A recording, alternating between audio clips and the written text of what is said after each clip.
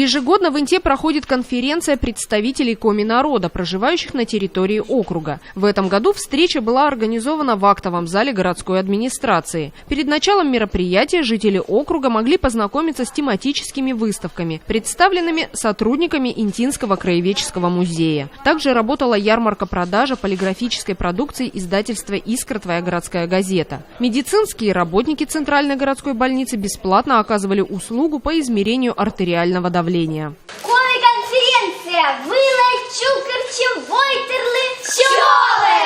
Приветствуем делегатов и гостей Коми-конференции! Курам гости, волы и Дакары! Не двичлое, не быть нянь да сов, Йорта щорні, мило чуланкив'я, таїш унджикис да бурджикис осков. На собрание приехали 50 избранных делегатов. С сельскими жителями встретились руководство округа, депутаты, представители различных служб города и республиканских ведомств. С приветственным словом к участникам конференции обратился глава Инты Василий Сидор.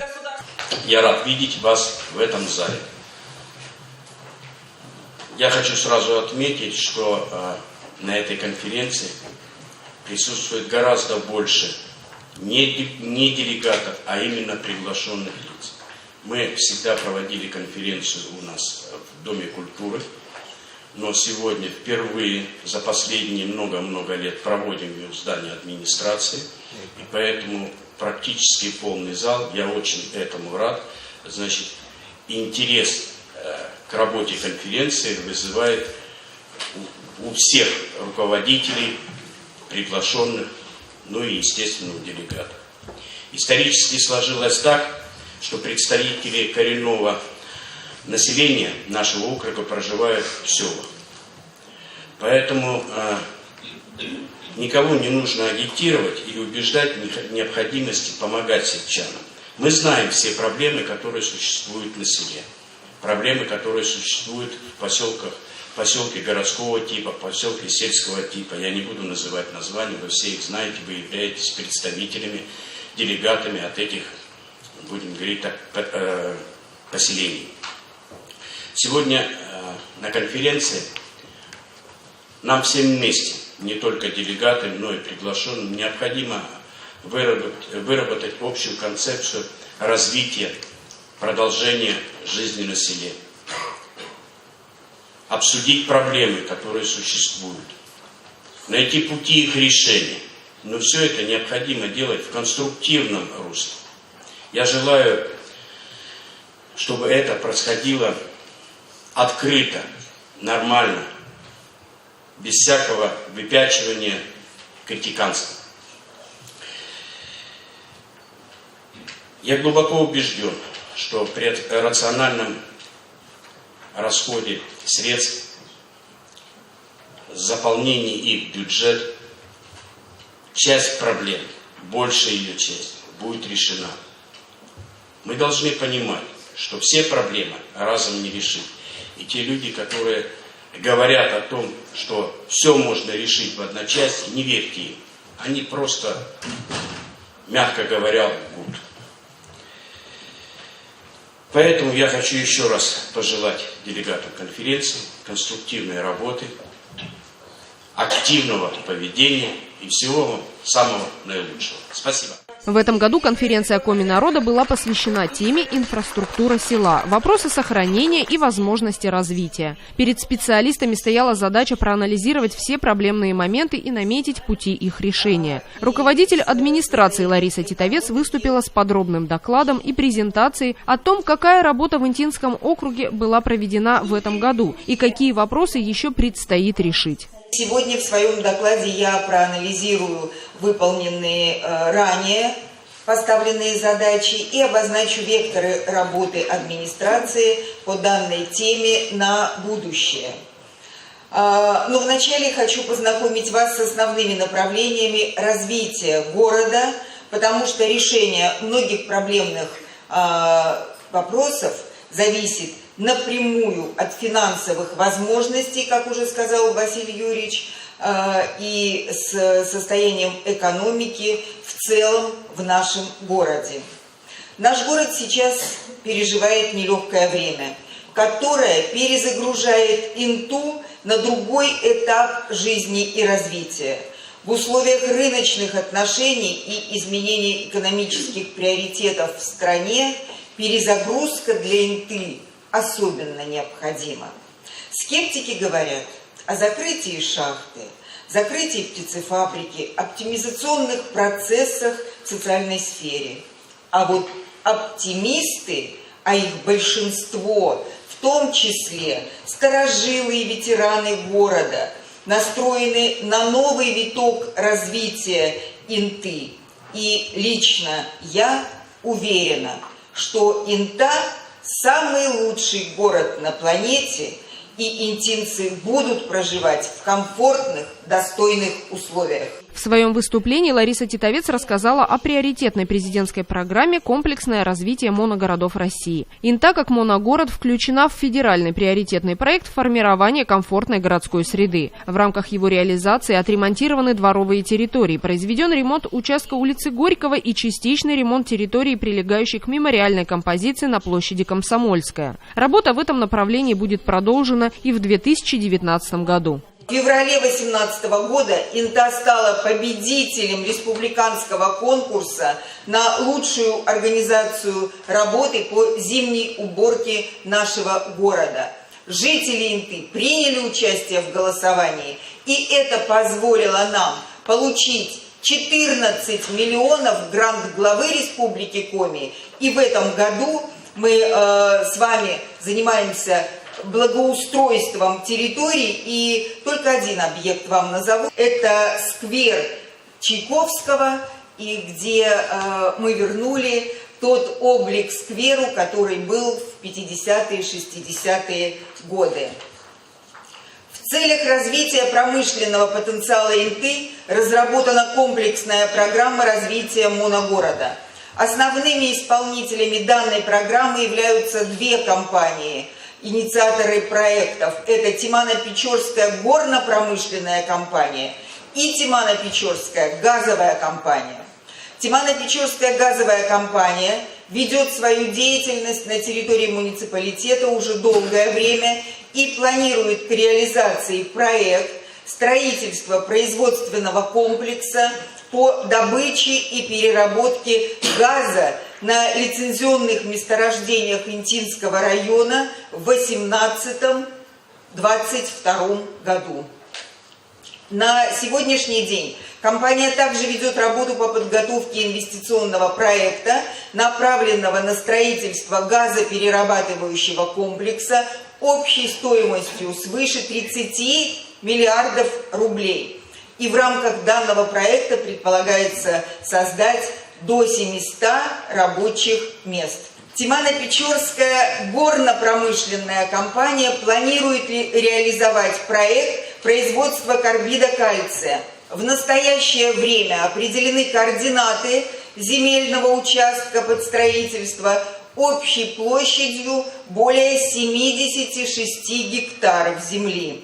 Администрация Инты составила схему расположения земельного участка на кадастровом плане территории, и в рамках данного проекта предполагается привлечь инвестиции на сумму 250 миллионов рублей и создать 70 рабочих мест. Лариса Титовец подробнее остановилась на вопросах сельских населенных пунктов в сфере промышленности, транспорта, связи и жилищно-коммунальной сферы. Транспортное сообщение с селами. Конечно, это вертолет, Зимник и дорога на 35-й километр. Организация транспортного сообщения в сельские населенные пункты поддерживается на протяжении нескольких лет в стабильном состоянии. И наша задача – сохранить эту стабильность. Количество авиаперелетов в труднодоступные села сохранены.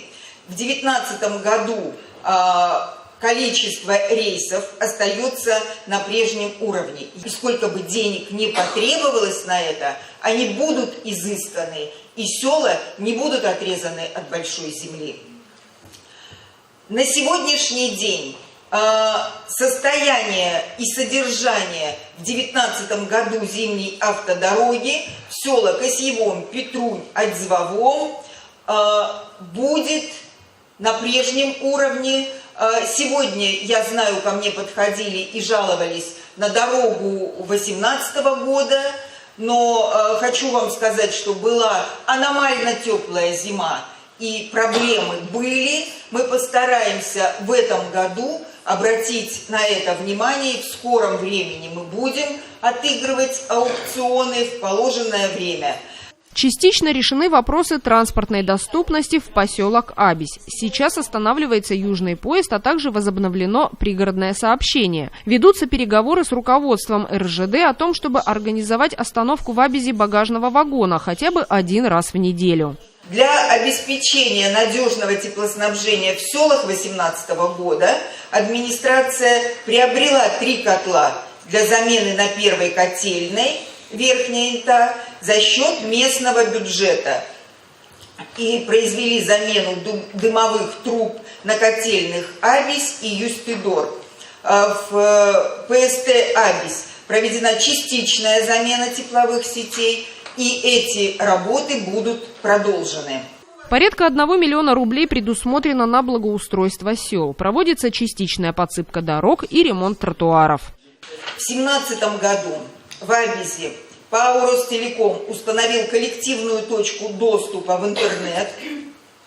В 2018 году в селе Петрунь по федеральной программе устранения цифрового неравенства была установлена точка доступа для пользования услугой интернет, а также в октябре 2018 было заменено оборудование радиорелейной станции на участке Ашпёр-Петрунь для обеспечения устойчивой телефонной связи.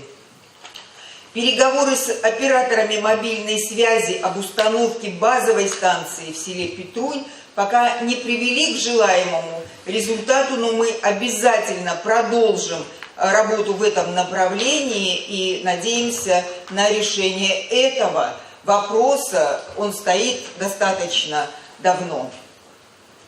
Наверное, один из важных вопросов – переход на цифровое телевещание. С 2019 года состоится переход на цифровое телевидение. Ну, вы все эту информацию знаете, и разъяснения были даны. Всем жителям будут абсолютно бесплатно доступны 20 каналов, которые войдут в первый и второй мультиплексы. В рамках программы «Народный бюджет» на территории сельских населенных пунктов успешно проведен ремонт сельских домов культуры. На 2019 год от жителей сел поступило 8 предложений. Лариса Титовец призвала сельчан активнее принимать участие в разработке проектов и их реализации. Перейдем к теме сельского хозяйства и одной из самых актуальных для сельских населенных пунктов. На территории муниципального образования сельское хозяйство представлено 3 организациями. На территории Инты производственную деятельность осуществляют 4 хозяйства малых форм собственности. Это крестьянско-фермерские хозяйства. 3 из них специализируются на разведении оленей и созданы сельчанами. Это село Петрунь, ПСТ Абись и деревня Ерпияк. В одном разводят свиней, и находится оно в черте города, на Юстидоре. Оленеводство. Общее поголовье оленей в Интинском районе составляет более 25 тысяч голов. И это 40% от всего республиканского поголовья. В рамках поддержки сельхозпроизводителей для нужд города в 2018 году мы продукции покупали у агропромышленного комплекса более 14 миллионов. И каждый год мы поддерживаем своих производителей и высококачественными продуктами кормим детей в наших детских, дошкольных и школьных организациях. Налажена работа по поддержке малых форм хозяйствования. Владельцы личных подсобных хозяйств на территории муниципалитета имеют возможность получения субсидии на покупку молодняка крупного рогатого скота, которая составляет всего 1800 рублей за голову животного. В летний сезон 2018 года 12 частников приобрели в Петрунском хозяйстве 17 телят. В 2017-м это было 23 головы молодняка, при том, что еще 5 лет назад скота закупалось в 4 раза меньше. И это говорит о том, что люди хотят работать и готовы работать. Пример тому – количественное и качественное обновление подворий села Косьевом и деревень, относящихся к этому населенному пункту. В прошлом году поднимался вопрос по увеличению ставок субсидии на покупку молодняка крупного рогатого скота, но пока этот вопрос остается в проработке.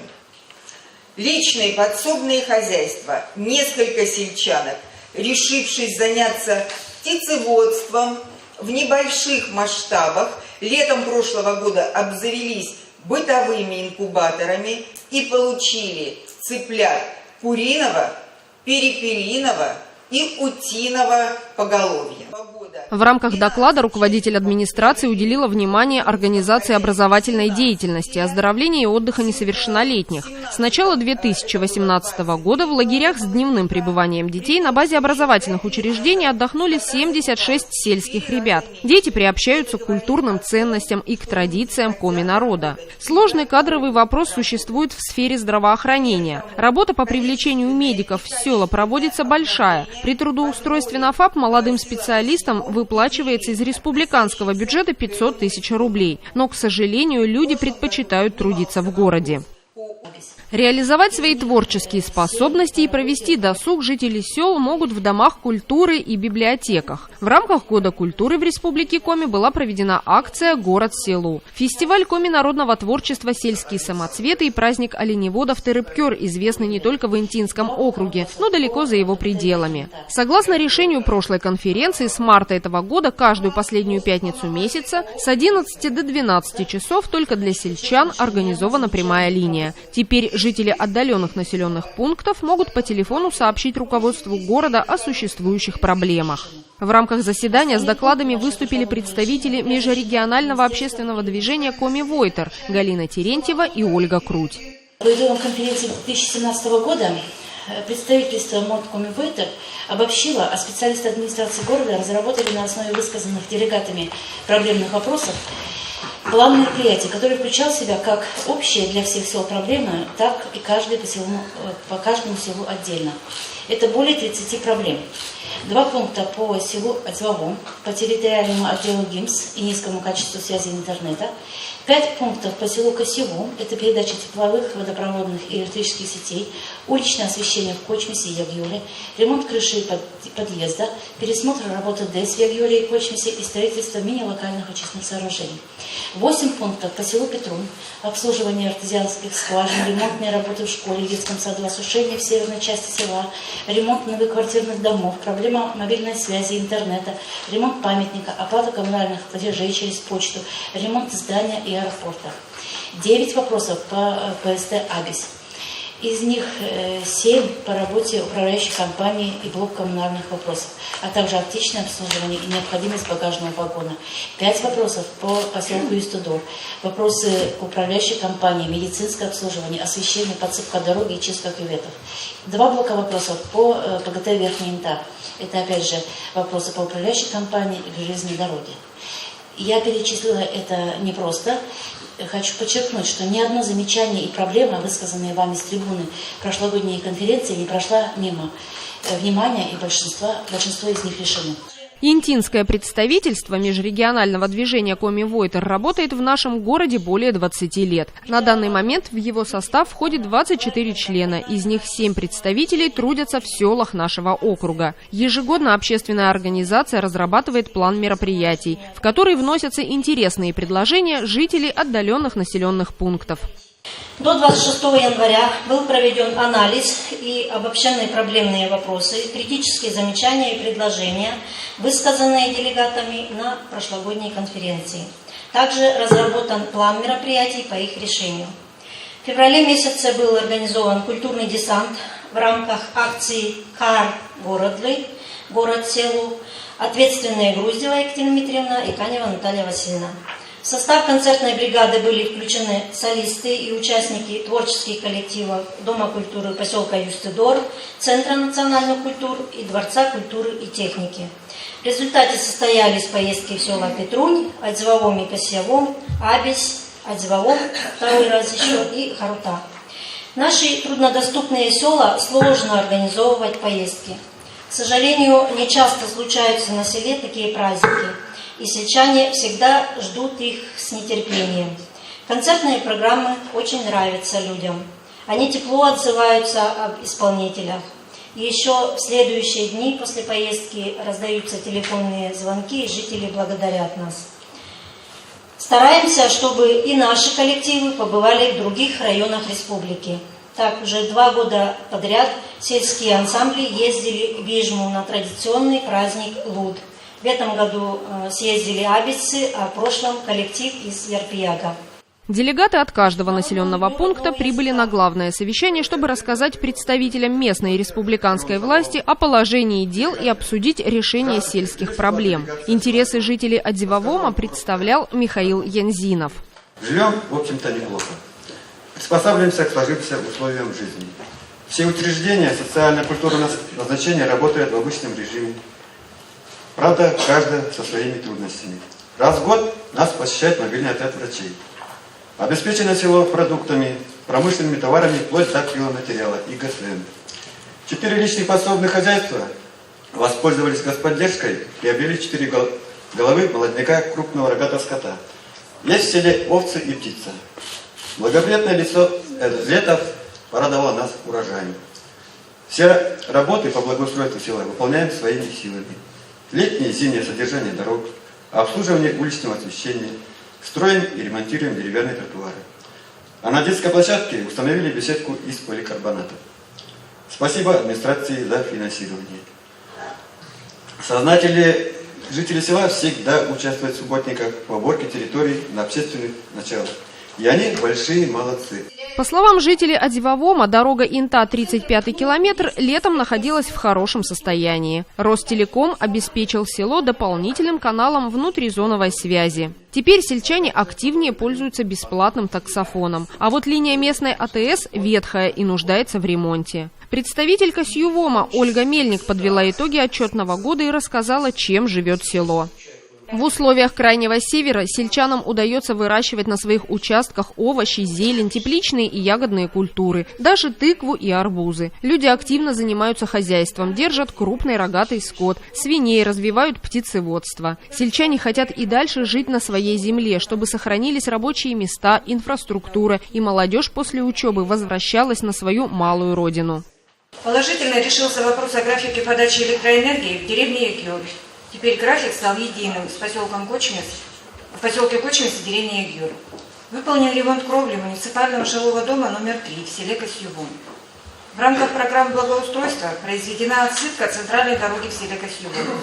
Оборудованы кюветы вдоль дороги при выезде на Зимник. Кроме этого, сельчане участвуют в субботниках по благоустройству села, сельского кладбища и уборке сухой травы в противопожарных целях. Но, к сожалению, не все вопросы жизнеобеспечения мы можем решить своими силами. Село Косьювом остро нуждается в строительстве мини-локальных очистных. Этот объект для нас жизненно важен. В селе имеются коммуникации ВЛ-04, водопровод, водоотводящая система. Сети охозяйствованы, но пока не переданы обслуживающим организациям. Жильцы муниципальных домов на сходе граждан подняли вопросы по обслуживанию домов управляющей компании. Несли свои предложения по некоторым пунктам. Все подробности об этом – критические замечания. В сельских поселениях не выдаются справки о составе семьи из последнего места жительства. За каждой справкой в город не наездишься. Жители села обратились к представителям местной и республиканской власти с просьбой решить вопрос о наделении специалистов структурных подразделений полномочиями по выдаче справок на местах, а также обеспечить ФАП поселка Кочмес медицинским работникам. Добрый день, делегаты и гости конференции. Поначалу немного расскажем о людях нашего поселка. Трудолюбивых, адекватных, порядочных, несмотря на тяжелые времена. Жители Пасыты-Абись, деревни Япияк и деревни Абись стараются жить достойно, а не выживать. Люди живут своим хозяйством, выращивают овощи и имеют свои огороды. У нас красивый частный сектор с домами и теплицами. Также жители занимаются охотой, рыбалкой и собирают дары природы. Большинство населения работает на железной дороге. Хотелось бы особо отметить наших предпринимателей. Они доставляют на перекладных необходимые продукты питания и товары первой необходимости. Делегат поселка Абись поблагодарила предпринимателей, работников тепловой компании, педагогический коллектив школы и садика за их труд. Ольга Терентьева рассказала, какие работы проводились в поселке и что еще планируется сделать. Наталья Атимасова из села Петрунь вынесла на повестку конференции ряд проблемных вопросов, связанных с устаревшим оборудованием на котельной, отсутствием медицинских работников и аптеки. Определенные трудности сегодня испытывают работники сельскохозяйственного предприятия «Петруньское». Не хватает специалистов, особенно оленеводов. Есть проблемы с реализацией мяса. В селе Петрунь и рядом расположенной деревне Роговая проживает более 500 человек. Здесь работают школа, детский сад, почта, библиотека, дом культуры, дизельная электростанция, пожарная часть и метеостанция. В селе работает общеобразовательная школа, где учатся 34 ученика, что на 2 человека больше, чем в 2017 году. И детский садик, куда ходит 15 детей. И это очень важно. Пока есть дети, пока есть и работают детские учреждения, село хочет и будет жить. Но в то же время помещения школы и садика требуют очень серьезного вмешательства. Нужен капитальный ремонт, обновление материально-технической базы. В селе работает почта, узел связи. Правда, связь у нас с частыми перебоями. Последний раз перебои были с 14 сентября по 8 октября этого года. Приезжала бригада ремонтников во главе с начальником Интинского узла связи с Николаем Ильей Юрьевичем. На сегодня АТС пока работает. Также библиотека и дом культуры работают, проводят для сельчан большие мероприятия, кружки, уроки истории, акции, выставки, праздники и вечера. Снабжают круглый год предметами первой необходимости, промышленными и продовольственными товарами села Петрунь и деревня Роговая предприниматели. Спасибо им от жителей села Петрунь и деревня Роговая. Снабжает теплом социальные объекты села котельная ООО «Тепловая компания». Здесь надо сказать, что оборудование безнадежно устарело, износилось и требует обновления. В поселке сельского типа Юстыдор есть все для комфортного проживания. По словам делегата Нины Артеевой, люди довольны работой всех учреждений и организаций. Проблемные моменты, как правило, не откладываются, их стараются решить сразу. На ежегодных сходах ПСК Юстыдор поднимаются вопросы местного значения, многие из которых оперативно решаются в администрации муниципального образования городского округа Инта после встреч с сельчанами. Отрадно, что в последнее время жители приходят на собрание уже с готовыми предложениями. К примеру, в этом году был предложен вариант по благоустройству остановки.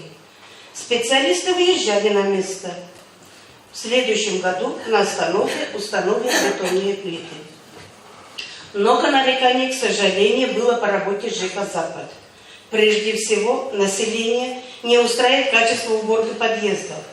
Надо отметить, что в последнее время налажен график уборки. В каждом подъезде жильцы расписываются о выполненной работе. Это пожелание также прозвучало на сходе. В нашем поселке есть все для комфортного проживания.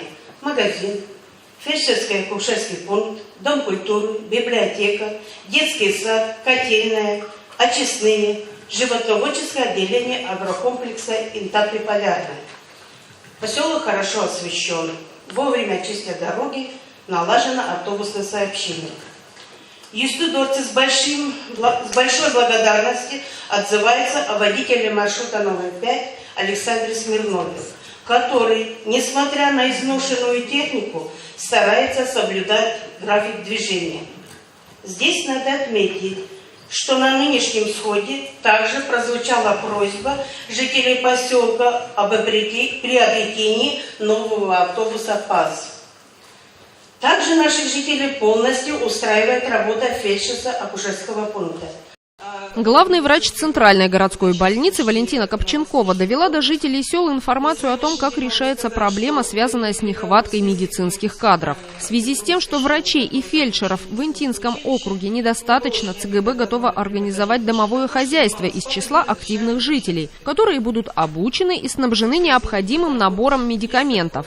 Конечно же, в наше время никакой романтикой, никакими деньгами мы в далекие села не привлечем медицинские кадры. Это только надо вам работать со своими выпускниками, со своими молодыми людьми, хотя бы какой-то период вернуться и поработать в селе. На сегодняшний день Министерство здравоохранения выделяет 500 тысяч тем молодым специалистам, которые готовы отработать в селе 3 года. Но отработает молодой специалист, наберется опыта, а там дальше кого-то еще найдем. То есть, пожалуйста, просьба и к вам поработать в селе со своими молодыми выпускниками. Ну, а и на период отпусков тоже могу сказать, что в этих же селах можно организовывать домовые хозяйства. Пожалуйста, связывайтесь с нами. Если вы нам поможете найти такого человека, мы поможем организовать то самое домовое хозяйство.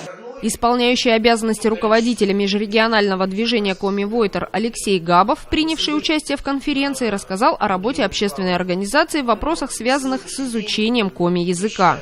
Прошлый год на конференциях поднимались очень жестко.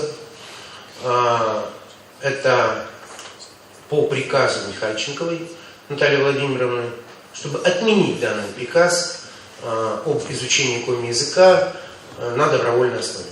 Ну, во-первых, он не соответствовал закону об образовании, во-вторых, он не соответствовал законам о языках Республики Коми. И поэтому на самом деле я считаю, что Коми Войтер в данной ситуации очень четко, жестко подошел к своей позиции. Мы добились, что этот приказ, и очень приятно, что глава нас услышал Республики Коми Сергей Анатольевич. Приостановили данный приказ, и действие данного приказа было приостановлено, хотя он должен был действовать с 1 января 2018 года. Все прекрасно понимали, что если бы этот приказ бы мы дали и пустили, промолчали бы, Коми Войтер промолчал, был бы вообще коллапс, никто бы не понимал, в середине года менять обучение, образование детей. Но это было непонятно, каким образом и как. Кроме этого, Коми Войтером было сразу же создано по инициативе 4 группы при Министерстве по делам национальностей, при Министерстве культуры, при Министерстве образования и при Госсовете Республики Коми, где мы плотно, четко, очень часто встречались и обсуждали, как выйти из данного положения на основании указа президента Российской Федерации Путина и как выйти из данной ситуации. Ежегодные конференции Коми-народа проходят во всех муниципалитетах республики, начиная с 1998 года. На них рассматриваются и затем решаются проблемы не только коренного народа Коми, но и всех жителей региона. Не только представители Коми-народа, но и другие народы, потому что вот эти площадки, наши конференции Коми-народа, они являются открытыми, и там могут принимать участие люди других национальностей, любых национальностей, потому что проблемы у нас общие. Да, есть проблемы в языках, но объективно, если смотреть, да, то, что у нас делается для поддержки родных языков, для поддержки государственных языков, а их у нас в республике, как вы знаете, 2 языка, это русский и коми-язык, делается очень много. У нас в этом году, 17 августа, была утверждена региональная программа развития государственных языков, и там сумма более 1 миллиарда рублей до 2025 года. Это достаточно существенная поддержка. То, что Алексей Иванович уже отметил, что президент Российской Федерации Владимир Владимирович Путин издал указ о создании фонда поддержки развития родных языков. Это тоже очень большой шаг в будущее именно для сохранения и развития родных языков народов Российской Федерации. В следующий год ООН объявлен годом коренных народов, языков коренных народов в мире. То есть это тоже на международной уже площадке мы имеем возможность заявить о сохранении своего языка.